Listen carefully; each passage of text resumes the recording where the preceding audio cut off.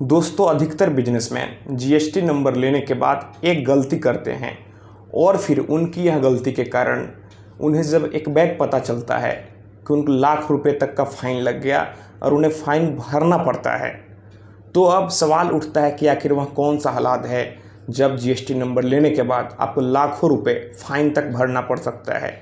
दोस्तों, यहाँ पर लोग कई पर्पज़ से जीएसटी नंबर ले लेते हैं। अगर कोई भी व्यापारी किसी अदर स्टेट से सामान मंगा रहा है तो फिर उस कंडीशन में भी जीएसटी नंबर लेना अनिवार्य होता है, या फिर आपका टर्नओवर अधिक है, आप जीएसटी के दायरे में आते हैं तो भी जीएसटी नंबर लोग लेते हैं। और सबसे बड़ा कारण जीएसटी नंबर लेने का यह होता है कि बैंक लोन लेने के चक्कर में जीएसटी नंबर ले लेते हैं, और जब वे जीएसटी नंबर लेते हैं तो सोचते हैं कि चलो जीएसटी नंबर तो मिल गया, अब मुझे कुछ नहीं करना है। लेकिन दोस्तों, ऐसा नहीं है। आपको जीएसटी नंबर लेने के बाद आपको कई सारे कंप्लायंस करने होते हैं। जब से डिपार्टमेंट आपको जीएसटी नंबर अलॉट करता है उसके बाद से प्रत्येक मंथ आपको रिटर्न फाइल करना होता है। अगर आप मंथली स्कीम में हैं तो फिर आप मंथली बेसिस पर, और अगर क्वार्टरली बेसिस पे हैं तो क्वार्टरली बेसिस पर, आप जिस भी स्कीम में आते हैं आपको उसके अकॉर्डिंग जीएसटी फाइल करना होता है। अगर आप सेल परचेज करते हैं तो उसकी डिटेल आपको रिटर्न में देनी होती है, या फिर अगर कोई भी बिजनेस ना भी चले तो भी आपको जीरो रिटर्न प्रत्येक मंथ फाइल करना होता है। और यहाँ पर यही व्यापारी गलती करते हैं, वे जीएसटी ले लेते हैं और फिर उसका फाइलिंग नहीं अपने प्रोफेशनल से करवाते हैं, और यहाँ पर जो उनका प्रोफेशनल होता है वह भी उनको गाइड नहीं करता है कई बार, जिसकी वजह से उनको पता नहीं चलता है, और जब पता चलता है तब देर हो चुका होता है, फिर उन्हें लाखों रुपये का फाइन भरना पड़ जाता है। तो आप जीएसटी नंबर लेकर सो नहीं जाएं।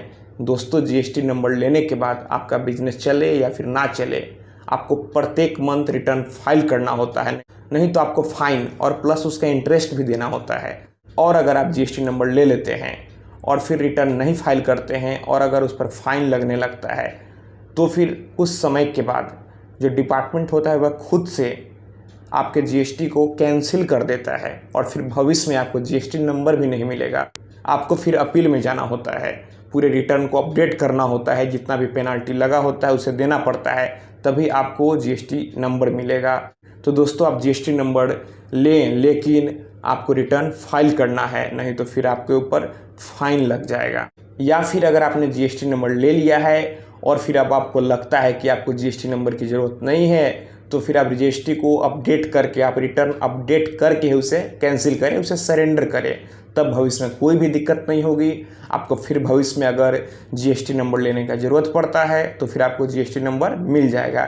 लेकिन आप ऐसे ही जीएसटी नंबर लेकर उसे नहीं छोड़ें, नहीं तो उस पर फाइन लगेगा, फिर आपको फ़ाइन देना पड़ सकता है। कई लोगों का लाखों रुपए, 2 लाख रुपए तक का फ़ाइन लग जाता है। इससे अच्छा है कि आप थोड़ा अवेयर रहें, फिर आप किसी भी तरह का फ़ाइन देने से बच जाएंगे।